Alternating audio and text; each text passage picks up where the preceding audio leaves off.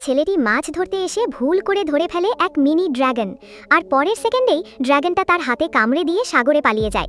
কিন্তু ঘুম ভাঙতেই সে অবাক হয়ে দেখল সে এখন সমুদ্রের তলার সব দেখতে পাচ্ছে আর ইচ্ছে মতো ড্রাগনটাকে নিয়ন্ত্রণ করতে পারছে। সে শুধু মনে মনে বলল, কিছু কাঁকড়া যদি পেতাম। সাথে সাথে ড্রাগনটা 3 মিনিটে ধরে আনলো 10টা বড় রাজা কাঁকড়া। বাজারে কাঁকড়া আনতে সবাই হাসলো, আরে এই ছেলে পচা মাছ বিক্রি করতে এসেছে। কিন্তু তখনই বাজারে এক হোটেল মালিক উপস্থিত। আরে এগুলো কোনো সাধারণ কাঁকড়া নয়, আমার হোটেলে আসল মাল।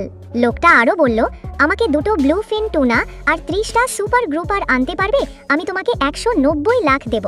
সবাই হাসলো, এই ছেলে মাছ দেবে, দেখবেন কালকে পচা মাছ এনেছে। ছেলেটা রাজি হলো হোটেল মালিকের কথায়। পরের দিন সমুদ্র পাড়ে চুপচাপ ড্রাগনকে জানালো, আমার মাছ লাগবে। আর মাত্র 3 মিনিটে ড্রাগন সব মাছ একত্র করে ফেলে দিল তার সামনে। ছেলেটা মাছ নিয়ে বাজারে উপস্থিত, সবাই হাসছে, আরে এই ছেলে মাছ এনেছে। হোটেল মালিক বলল, আমার মাছ কোথায়, আমি কোটি টাকা নিয়েছি মাছের জন্য। বাজারে লোকরা বলল, স্যার পাবেন না, এ সব সময় পচা মাছ নিয়ে আসে। ছেলেটার বউ ভয় পেতে থাকে। তখনই সবাইকে চুপ করিয়ে বাক্স খুলতেই অবাক, সত্যি নীল মাছ।